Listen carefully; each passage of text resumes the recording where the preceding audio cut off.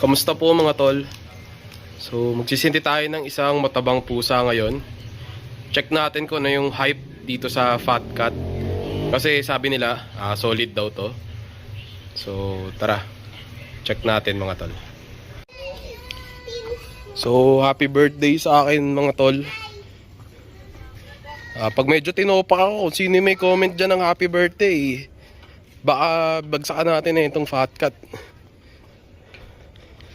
Pero yan.